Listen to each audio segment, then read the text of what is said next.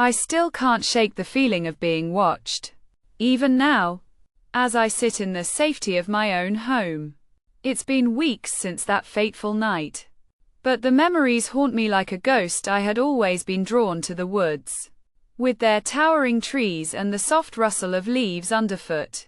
As a child, I would spend hours exploring the woods, discovering hidden streams and secret glades.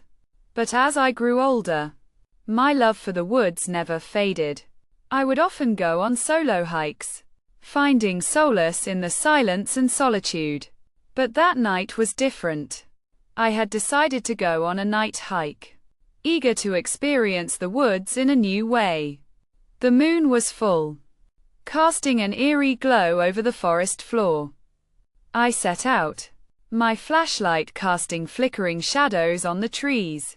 At first, the only sounds were the crunch of gravel beneath my feet and the distant hooting of an owl. But as I walked deeper into the woods, I began to feel a creeping sense of unease. It started with small things. A snapped twig, a rustling in the underbrush, a faint scratching sound. I told myself it was just the wind or a stray animal. But the feeling persisted. I shone my light into the darkness, trying to pierce the shadows. That's when I saw it. A pair of eyes, glowing like embers in the dark. I froze, my heart pounding in my chest. The eyes didn't move, didn't blink.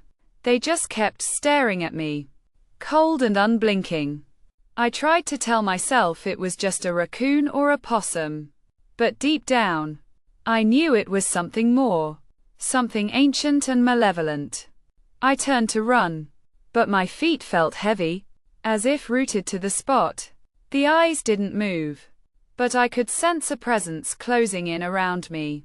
I could feel its breath on the back of my neck, cold and rank. And then, everything went black. When I came to, I was lying on the forest floor, my head throbbing with pain. The moon was still full, but the eyes were gone. I stumbled back to my car, my mind reeling with fear. I didn't stop driving until I was back in the safety of my own home. But even now, I can feel its presence, lurking just beyond the edge of town, waiting for me to venture back into the woods. And when I do, I know it will be waiting, its eyes glowing like embers in the dark. I've tried to avoid the woods since then, but I can feel its pull. A siren's call drawing me back into the darkness. I know that eventually, I'll give in.